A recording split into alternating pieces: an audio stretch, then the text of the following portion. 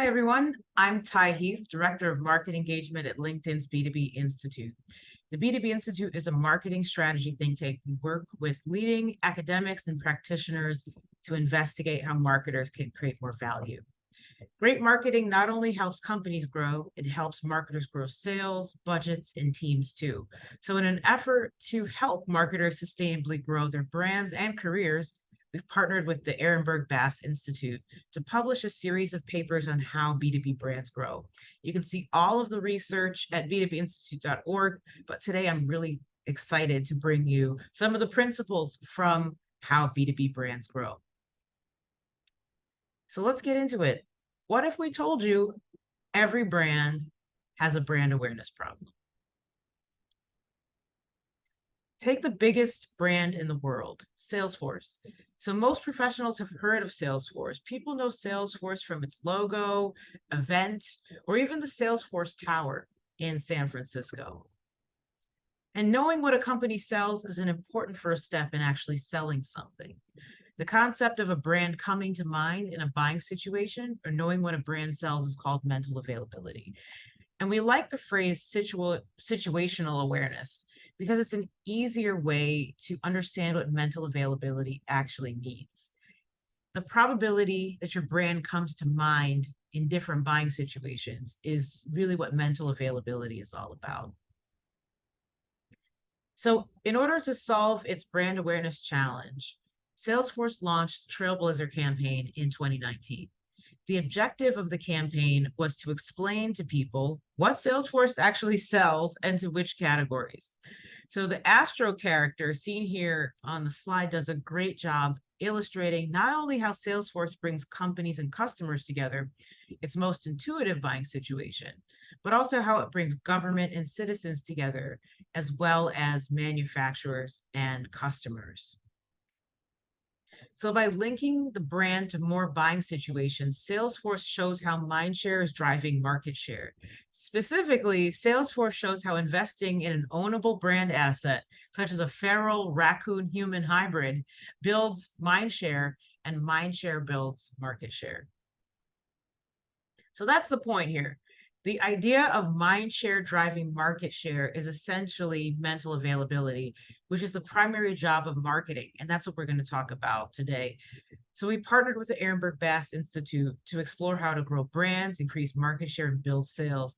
Some of you have read Byron Sharp's famous marketing book, How Brands Grow. And for those of you that have, we're excited to bring ideas from that foundational work to the world of B2B. And today we're going to show you the 95-5 rule, the B2B brand rejection research, the duplicate purchase law, and the double jeopardy law that all indicate how building mental availability is the single most important objective in B2B advertising. So let's start with the 95-5 rule. So here's a surprising marketing myth. Most marketers believe that advertising works by moving people through the funnel in the short term. And short-term marketing is even shorter than you think. Most marketers expect results in just 2 weeks. So that's what marketers believe. But here's the fact. So you recognize the funnel. It's the most recognized mental model in B2B marketing. But here's how it actually works. Not only does marketing not work in the short term, but it doesn't move people through the funnel. In fact, it doesn't even reach people who are in the funnel. Marketing works by reaching people who haven't entered the funnel at all. That's why top of the funnel and bottom of the funnel is the wrong mental model. Instead, buyers are either in market or out market, which is the right mental model. Current buyers are in market, and that represents your current cash flow. Future buyers are out market, and that represents future cash flow. So let's talk about this a little bit more, because this 95-5 rule shows that most buyers are out market at any given time. And in market, out market isn't just a mental model. There's actually data that shows that this is the reality. So 75 to 90% of buyers for business computers, B2B banking, and cars are out market in any given period. And if they don't know you when they come in market, it's already too late. So Professor John Dawes, the author of the 95-5 paper, makes the critical point that if buyers don't know you when they enter the market, there's no way they'll consider you. So your job as an advertiser is to make sure that you're building mental availability among people who aren't in market so that when they are, your brand is the one that they're familiar with, right? So marketers are actually in the memory business here. And that familiarity is so important because people don't evaluate, they buy what's mentally available. Even with high involvement purchases like B2B banking, little evaluation is occurring. So nearly half of buyers surveyed went straight to their current bank when they needed a new banking service. And among those who said they evaluated other options, ultimately 75% of them still ended up with their current bank. So regardless, buyers evaluate less than 2 brands on average when any evaluation is happening at all. So if a buyer doesn't know you when they enter the market, it truly is too late.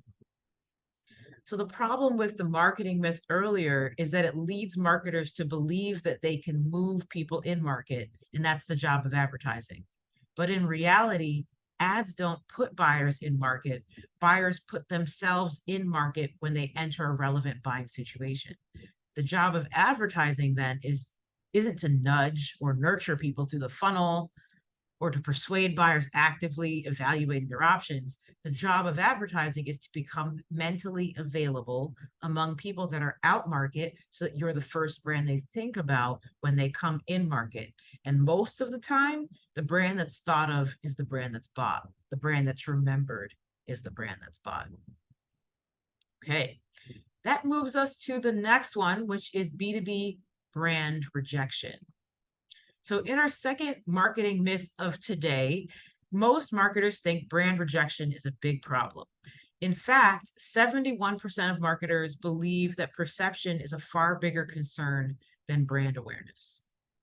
But in reality, very few buyers have any perceptions of your brand to begin with. Instances of active brand rejection, therefore, are very rare. So we worked with the Ehrenberg Bass Institute to survey buyers of B2B banking and insurance services, and we found that 90% of people who have heard of a brand do not actively reject it. So even people who have previously used brand services and have since defected from that brand would still not actively reject it for a future purchase. This is the case for 2 in 3 people surveyed.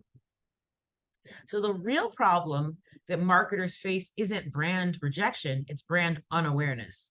And most people aren't even thinking about your brand at all. In B2B banking in particular, you can see that rejection rates are significantly lower than unawareness rates across the board. Rejection is low for big brands like Barclays, and it's low for small brands like Yorkshire. But whereas Barclays, the most famous brand in the category, has 1.6 times more unawareness than rejection, small brands like Yorkshire can have unawareness rates as high as 7.4 times their rejection rates. So lack of awareness is clearly a far more pressing concern for marketers than active brand rejection. So rather than obsessing over perception, what we need to be obsessing over is awareness. And Jenny Romaniuk says it well here. She's the author of our brand rejection report. And she puts it, stop imagining why people might not like the brand and instead focus on building mental structures.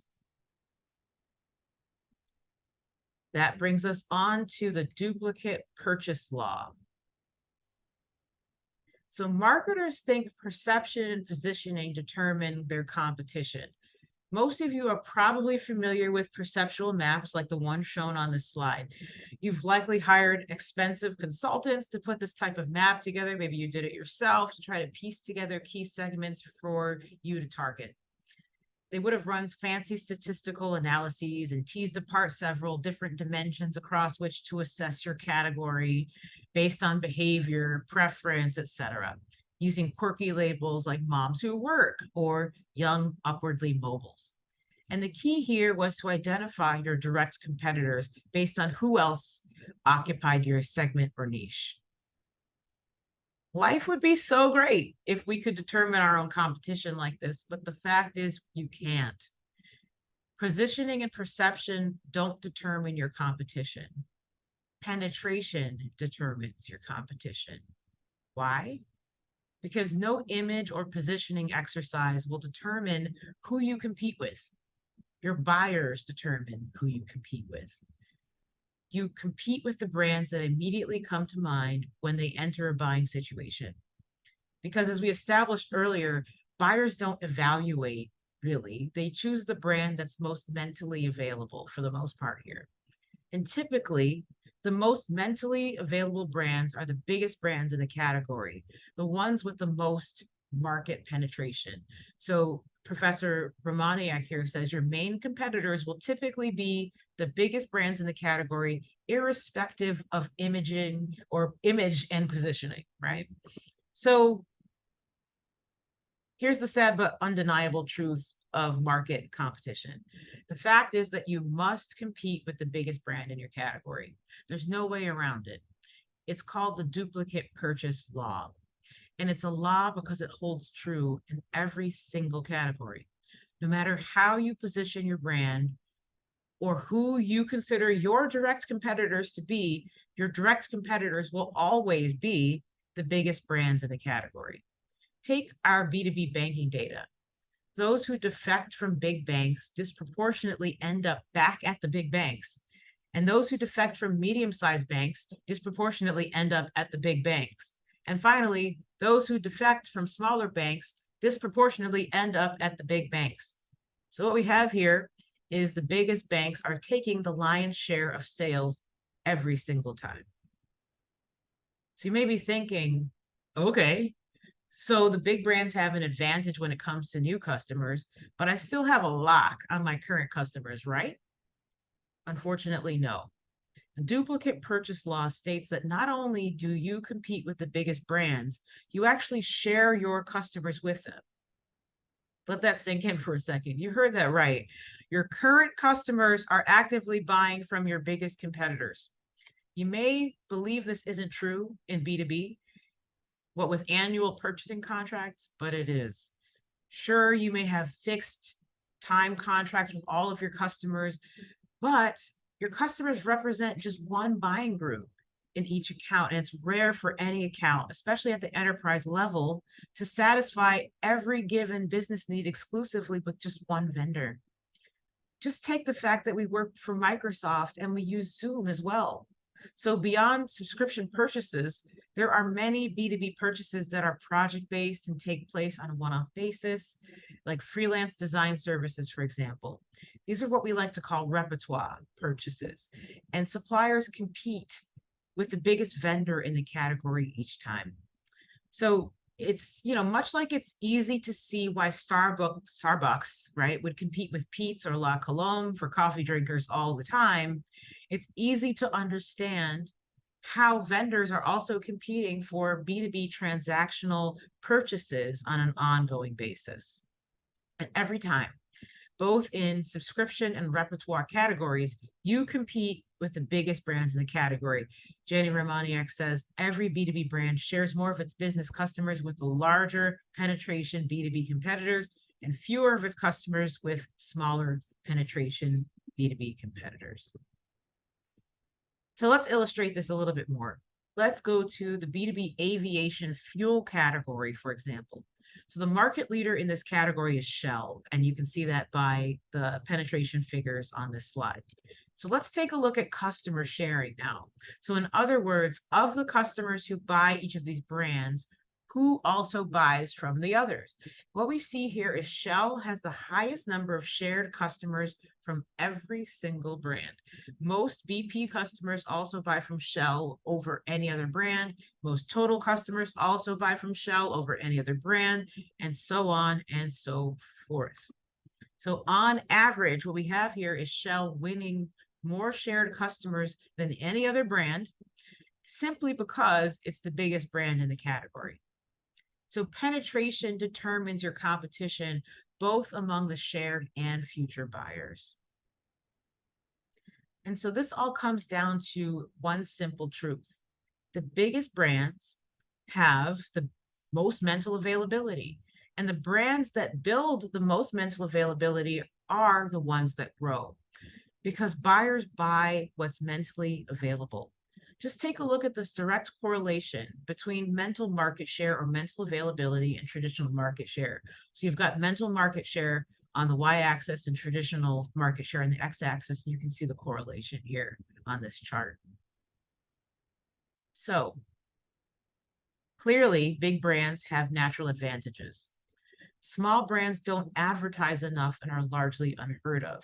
But even the small brands who advertise must contend with the natural attention bias towards big competitors. In fact, poorly branded ads from small brands are often misattributed to the category leader. So the key to stealing mind share from your biggest competitors is to know that you're constantly competing with the biggest brands in the category and act like it. Invest heavily in branding. You got to win the mind to win the market. So Professor Jenny Romaniak says, stop branding in all marketing activities. It is imperative to overcome the natural attention bias towards big competitors. All right, so moving on, folks, we will now talk about our final marketing myth of the day. And this is about double jeopardy. So marketers think that brands can grow by increasing customer loyalty. And this is called the double jeopardy law. And so this is actually one of the most pervasive myths that our team contends with. And so despite us shouting from the rooftops over the years that acquisition is the only path to growth, such as with our loyalty lie trend, which you can find in our B2B trends for the contrarian marketer. I'll share where you can get to that at the end of the presentation. So we've got this loyalty lie trend. Even though we've been talking about this for some time, we still see 65% of marketers saying that customer loyalty is more important than customer acquisition, right? So this is the myth. What's the fact? Well, now we have empirical evidence to back us up, the double jeopardy law. Double jeopardy states that brands can only grow by acquiring new customers. This is an immutable truth.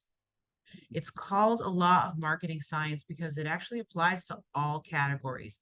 And we're so excited to empirically be able to say now that this holds true in B2B. So Professor Jenny Romaniak again says there's only one strategy to grow in B2B, primarily from new customer acquisition, expanding the size of your customer base. So let's take a look and break down this case for everyone here. So to become the biggest brand in your category, the brand with the most market share, you need to grow your customer base. So it seems intuitive, right? But it's worth taking a look at. So look at the data from how brands grow by Byron chart. Annual market penetration is directly correlated to market share, and the influence of loyalty is minimal. So purchase frequency was roughly across the same across all brands, rather, averaging at 1.7. So average purchase frequency here. So you can see clearly loyalty doesn't move the needle on market share growth. Penetration is the key growth driver. You can see, on the chart here, annual market penetration and market share, and you can see the very clear correlation here.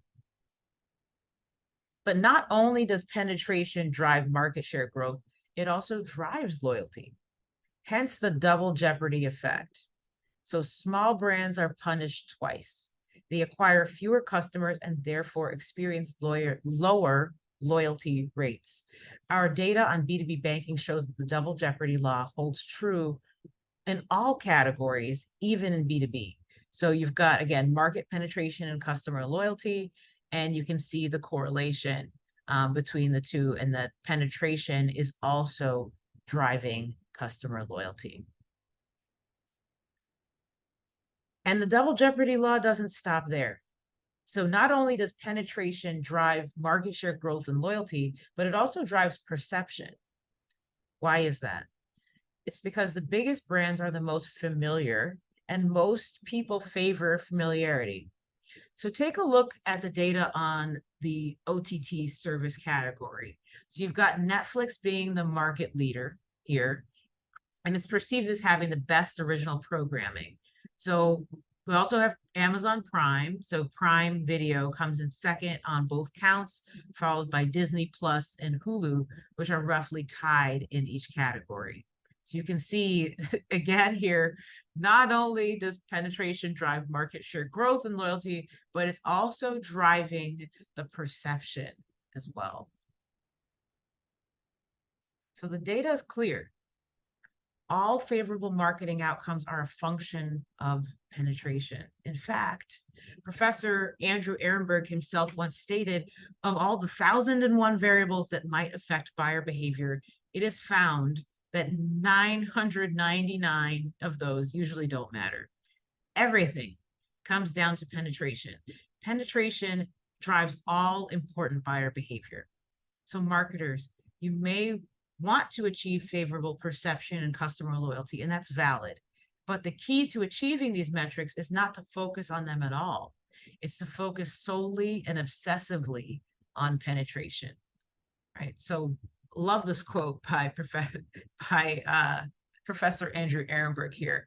999 usually don't matter. Focus obsessively on penetration. So let's take this car home now. So want to grow? Mental availability is the thing. How do B2B brands grow? They build mental availability. So let's walk through how you do this. So mental availability is about being remembered, and we recommend using the R&B approach. So winning the mind to win the market. R&B stands for reach, messaging, and branding. So first things first, you want to reach everyone in the category, right? You want to message around several category entry points. What do you want to be known for? The buying situations that I talked about earlier. And then finally, brand everything and invest in distinctive brand assets. So let's start with the first one. The first step in R&B is to reach everyone in the category.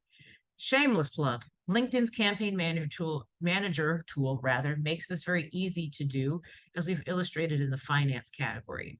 So you select the brand awareness objective, the target by company industry. Here we've selected each type of finance company to ensure we're targeting the entire finance category. So as you can see, this gives us the opportunity to reach 9.8 million relevant buyers. By targeting the category, you reap a couple different benefits that help build a brand. You reach both in-market and out-market buyers. You reach buyers across all functions of the buying committee. And importantly, you reach buyers of various seniority levels. So you want to ensure that you're brand building with junior employees today who are the decision makers of tomorrow. So that's how you reach everyone in the category. The next step in R&B is to message around category entry points. First, you must understand the key entry points or buying situations in your category. So our friends over at Ehrenberg Bass Institute do this for companies using their proprietary category entry point surveying methodology. We're actually working with them to test bringing the survey directly to our clients in a program called B2B Edge. So that's our brand consultation service. So, happy to share more about that. Feel free to connect with me if you're interested in learning more. Once you know your category entry points, build messaging to link your brand to them. So Salesforce does an exceptional job at this with their Trailblazer campaign that you saw earlier. So they illustrate how Salesforce is relevant to companies, government, and manufacturers, right? And importantly, they make these seemingly complicated links very easy to visualize and understand using a fun, attention-grabbing character like Astro to make each link exceptionally clear. They've got their Salesforce Cloud, they've got the blue branding, so it's very distinctive assets that they're investing in to connect those buying situations. And speaking of Astro, the final step in R&B is branding, and that's what I was just talking about. It's such a prime example, I can't say this enough, of a powerful, distinctive brand asset. Astro is distinctive, ownable, and easily attributed to the Salesforce brand. He's whimsical and meaningless, but that's what's so great about him. The most effective, distinctive brand assets have no meaning at all, and their lack of meaning is what makes them so distinctive and ownable. And of course, the branding in R&B requires that you brand everything. So again, the logo is visible on all of their advertising. It may seem intuitive, but many brands don't feature the brand's logo prominently enough or at all. So make sure you brand everything. If you don't, you run the risk of building mental availability for your bigger competitors. And so that brings us to the end of the show today. Thank you so much, everyone, for investing your time today. The QR codes on this slide are live and active, so you can use them to connect with me. Look forward to following your journey if you would like to do that. And I did mention earlier our trends, our B2B trends for the contrarian marketer. This franchise has been going for 5+ years now. We've identified 30+ different trends, contrarian trends that are going to help you elevate your business. So feel free to dive into those. Thank you very much for listening. Feel free to connect again with me, each other, get this research, and I look forward to following your journeys. Enjoy the rest of the event.